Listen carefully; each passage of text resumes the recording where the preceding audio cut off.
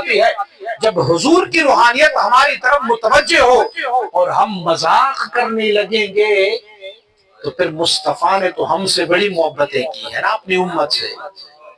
حضور نے اپنی امت سے ابھی حضرت قبلہ فرما رہے تھے نا کہ حضور نے اپنی امت کو پیدائش میں بھی یاد فرمایا ہے. آپ معراج میں جا رہے تھے تو بھی اپنی امت کو یاد فرمایا.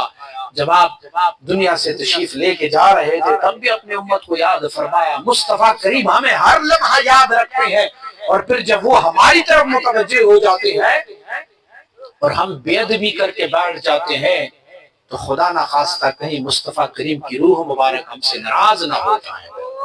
اسی لیے میلاد کی اپنی تقدس ہوتی ہے اور آپ نے ہمارے بزرگوں کی میلاد شریف کے تقدس کو دیکھا ہے کہ انہوں نے کس تقدس سے وہاں پر بیٹھنے والے سامعین بھی اللہ کی ولی ہوتے تھے.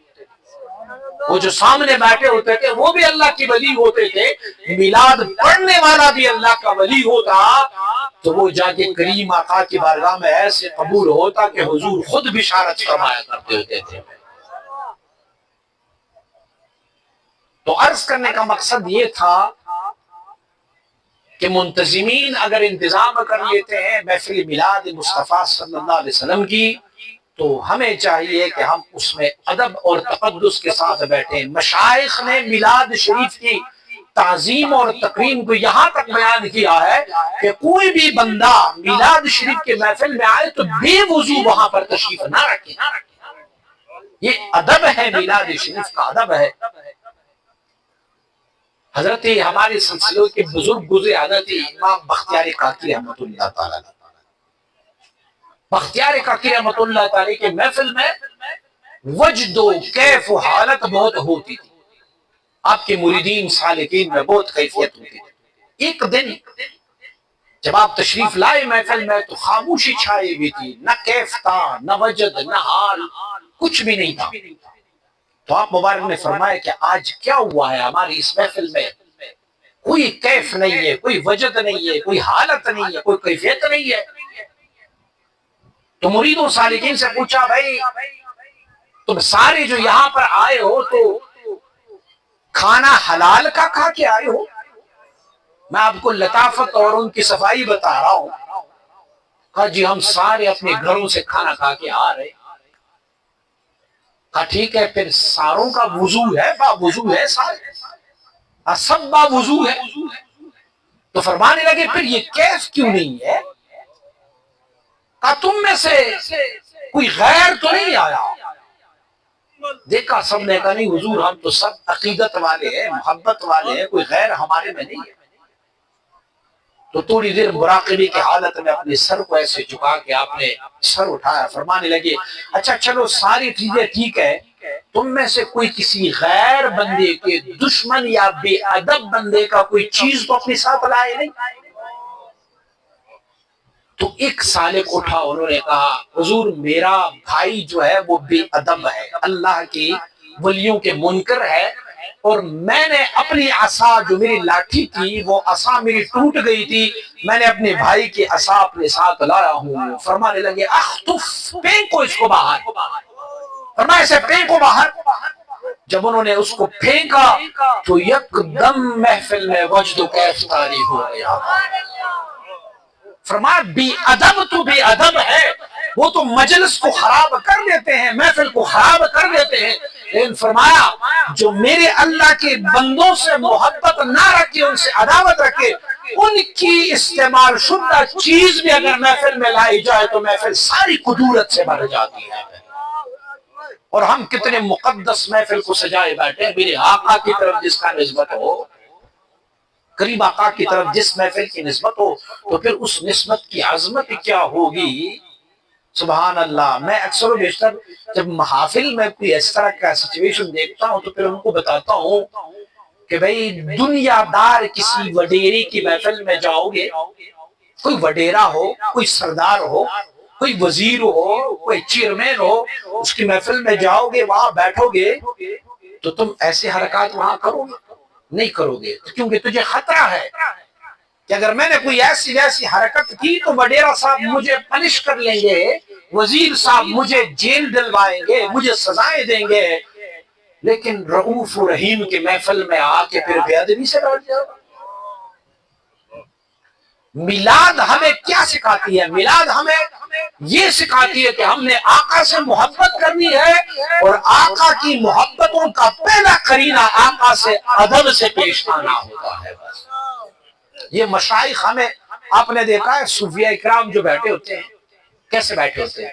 سب نے اپنے ہاتھوں کو ایسے باندھ کے بیٹھے ہوتے ہیں نا سارے، اور چوکڑی مار کے بیٹھے ہوتے ہیں۔ یہ مشائخ کی تربیت ہے، یہ مشائخ ان کو تربیت دے رہے ہیں۔ مجھے پہلے ہی حضرت پیر صاحب نے کہا کہ یہاں پہ عوام لوگ ہیں اور پتہ نہیں کیسے ہیں، میں نے اس سے کہا یہ عوام ہی ہے جو ہمارے پاس آتے ہیں اور اللہ ان کو فیضیاب فرماتا رہتا ہے، کوئی مسئلہ نہیں ہے۔ لیکن مسئلہ یہ ہے کہ سارے کا سارا تقاضا ادب سے ہے۔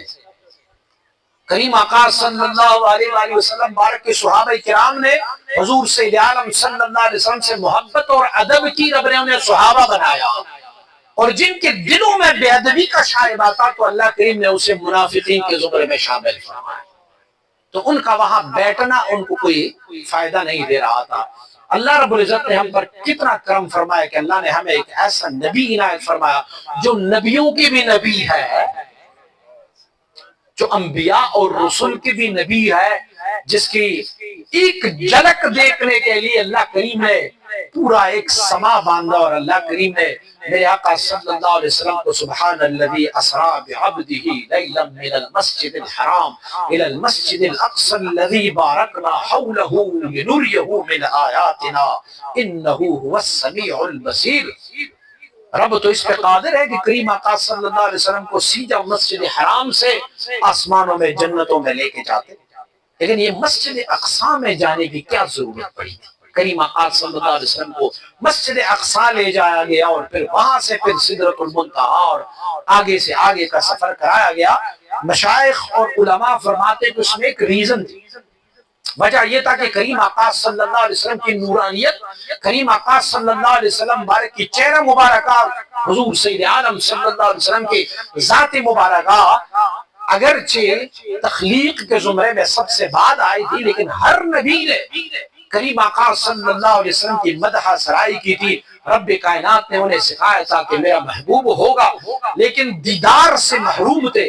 رب نے یہ سارا سما باندھا، کریم آقا صلی اللہ علیہ وسلم کو مسجد اقصی اسی لیے لے جایا گیا کہ 1,24,000 کم و بیش انبیاء ہو، ارے جو اپنے اپنی امتوں کو وہ بتاتے رہتے تھے کہ چہرے والضحیٰ ہے، زلف واللیل ہے، علم نشرہ کے سینے والا نبی آخر الزمان ہے، بھئی وہ کیسا ہوگا، کیسے نورانی چہرے والا ہوگا؟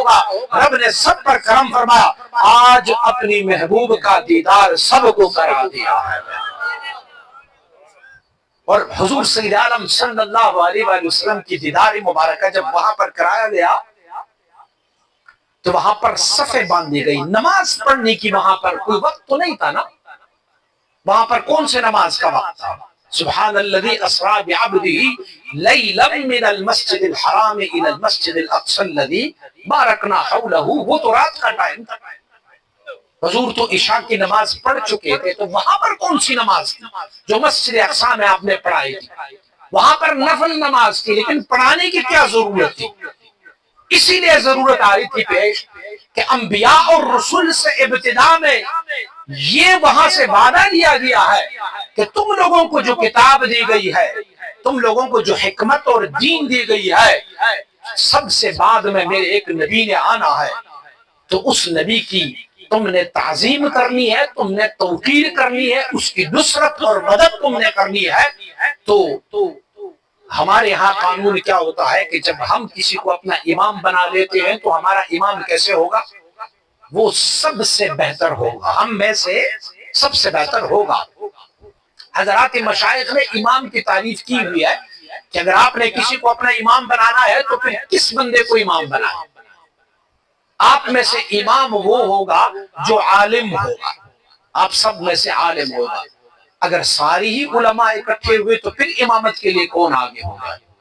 تو فرمایا کہ وہ جو قرآن کی اچھی تلاوت کرتا ہوگا، جس سے تجوید صحیح ہوگی وہ امامت کے لیے، ساروں کی تجوید بھی صحیح ہے تو پھر کون امامت کے لیے آگے ہوا؟ ہمیں جس کے کپڑے بہت صاف ہو وہ پھر آگے ہو جائے۔ کپڑے بھی سب کے صاف ہے، عالم بھی سب ہے، قرآن کی تلاوت بھی سب ایک جیسے کرتے ہیں، تو پھر فرمائے جس کی نسب سب سے اعلیٰ ہو وہ پھر آگے ہو جائے۔ نسب بھی سب کا برابر ہے، سب سادات اکٹھے ہو گئے ہیں، عالم بھی ہے، حافظ بھی ہے، سب کچھ ہے، تو پھر کس کو آگے کیا جائے؟ تو فرمایا جس کی گھر میں اس کی زوجہ خوبصورت ہو اسے آگے کی جائے، کیونکہ وہ غیروں کی طرف نہیں دیکھیں گے، اپنا زوجہ خوبصورت ہوگا۔ معنی یہ ہے، عرض کرنے کا مقصد یہ ہے کہ امام ایسا ہوگا جو سب سے اعلیٰ ہوگا، جو سب سے بہتر ہوگا، سب سے تقی ہوگا، سب سے نقی ہوگا، سب سے نسب میں بھی اعلیٰ ہوگا۔ تو وہ سارے نبی تھے، سب سے اعلیٰ تھے، سب سے بہتر تھے، سب معزز تھے۔ کوئی آدم صفی اللہ تھا، کوئی نوح نبی اللہ تھا، کوئی ابراہیم خلیل اللہ تھا، کوئی عیسیٰ روح اللہ تھا، کوئی موسیٰ کلیم اللہ تھا، ساروں میں فضیلتیں تھی، اللہ کے نبی تھے، لیکن ان ساروں سے افضل و اعلیٰ ہمارا نبی ہے، اسی لیے اسے مصلی امامت پہ کھڑا کیا گیا۔ تو اعلیٰ حضرت نے فرمایا کہ سب سے اعلیٰ و اولیٰ ہمارا نبی، تو وہ سب سے اعلیٰ اس وقت۔ اور آپ اگر محدثین سے اس کو دیکھیں گے کہ محدثین نے ان صفوں کا بھی ایک صورت بنا کے پیش کیا ہے کہ صف کیسے بنے ہوئے تھے۔ صف تو یہ بننا چاہیے کہ جو صاحب فضل ہو، بہتر ہو، وہ پہلے صف میں لائن میں کھڑے ہو جائے۔ لیکن وہاں انبیاء کی صفیں کیسی کھڑی تھی؟ انبیاء کی صفیں ایسی کھڑی تھی کہ پہلے صف میں سیدنا آدم علیہ نبینا علیہ الصلوۃ والسلام، اور اس کے بالکل پیچھے دوسرے صف میں سیدنا نوح علیہ نبینا علیہ الصلوۃ والسلام، اور نوح علیہ نبینا علیہ السلام کے بعد تیسرے صف میں حضرت ابراہیم علیہ نبینا علیہ الصلوۃ والسلام، اور چوتھے صف میں حضرت موسیٰ علیہ نبینا علیہ الصلوۃ والسلام، اور پانچویں صف میں حضرت عیسیٰ علیہ نبینا علیہ الصلوۃ والسلام کھڑے۔ گویا ایک لائن، یہ درازی لائن کھڑی ہونا تو یہ چاہیے کہ پہلے صفوں میں۔ حکماء نے اس میں بھی ایک نقطہ اٹھایا کہ یہ صفوں کی یہ مقدار، یہ تعداد کیسی بنی؟ یہ اسی لیے بنی تھی کہ اللہ کریم نے ازل میں وَإِذْ أَخَذَ اللَّهُ مِيثَاقَ النَّبِيِّينَ، اللہ کریم نے انبیاء علیہ الصلوۃ والسلام سے جو میثاق لیا تھا کہ میرا ایک نبی آنے والا ہے، تو ساروں نے ان کی تعظیم کرنی اور توقیر کرنی ہے، تو صفیں ایسی بنائی گئی کہ سب سے آخری صف میں یعنی پانچویں صف میں حضرت عیسیٰ علیہ نبینا علیہ الصلوۃ والسلام، جب حالت سجدہ ہوتی تو عیسیٰ علیہ نبینا علیہ الصلوۃ والسلام کا سر مبارک حضرت موسیٰ علیہ نبینا علیہ السلام کے قدمین میں، اور موسیٰ علیہ نبینا علیہ السلام کا سر مبارک حضرت ابراہیم علیہ نبینا علیہ السلام کے قدموں میں، اور حضرت ابراہیم علیہ نبینا علیہ السلام کا سر مبارک حضرت نوح علیہ نبینا علیہ السلام کے قدم مبارک میں، اور حضرت نوح علیہ نبینا علیہ السلام کا سر مبارک حضرت آدم علیہ نبینا علیہ السلام کے قدمین میں، اور سیدنا آدم کا سر مبارک حضور ختم النبیین کے قدمین شریفین میں۔ وہ تعظیم اور توقیر کا ایک وہ نتیجہ تھا جو انبیاء علیہ الصلوات و تسلیمات نے وہاں میرے آقا صلی اللہ علیہ وسلم کے بارگاہ عالیہ میں، وگرنہ میں عرض کر چکا ہوں رب کے لیے یہ کوئی مشکل کام نہیں تھا۔ اگر وہاں سے مسجد اقصیٰ لے جاتے تو ڈائریکٹ سدرۃ المنتہا لے کے جاتے، لیکن اس کا ایک وجہ یہی تھا، اور انبیاء علیہ الصلوات و تسلیمات نے جو خواہش ظاہر کی تھی کہ ہمیں بھی چہرے و دعا کی زیارت کرائی جائے، تو رب کائنات نے اس خواہش کو پورا فرمایا، اور 1,24,000 کم و بیش انبیاء علیہ الصلوات و تسلیمات کو ہمارے اور آپ کے آقا صلی اللہ علیہ وسلم کے مقتدی بنا کے اور حضور کو مقتدا بنا کے یہ ثابت فرمایا کہ یہی سب سے اعلیٰ و اولیٰ، یہی سب سے افضل، یہی سب سے بہتر، یہی سب سے بہتر ہے۔ اور ہمیں یہ سبق ملا کہ اللہ نے ہم پر کتنا کرم فرمایا، اللہ نے ہمیں ایسی نبی کی امتی بنایا ہے، تو اللہ کریم کا شکر ادا کر دینا چاہیے کہ اللہ کریم نے ہمیں اس طرح کے پیارے نبی کو امتی بنایا ہے۔ اللہ کریم ہمیں آپ صلی اللہ علیہ وسلم کے نقش قدم پر چلنے کی توفیق نصیب فرمائے، آپ سے محبت و مودت و الفت و ادب نصیب فرمائے، اور آپ کی یاد اور آپ کی ذکر کی محفلیں اللہ کریم ہمیں توفیق نصیب فرمائے کہ ہم بار بار سجاتے رہیں اور اللہ اسے قبول و منظور فرمائے۔ وآخر دعوانا الحمدللہ رب العالمین۔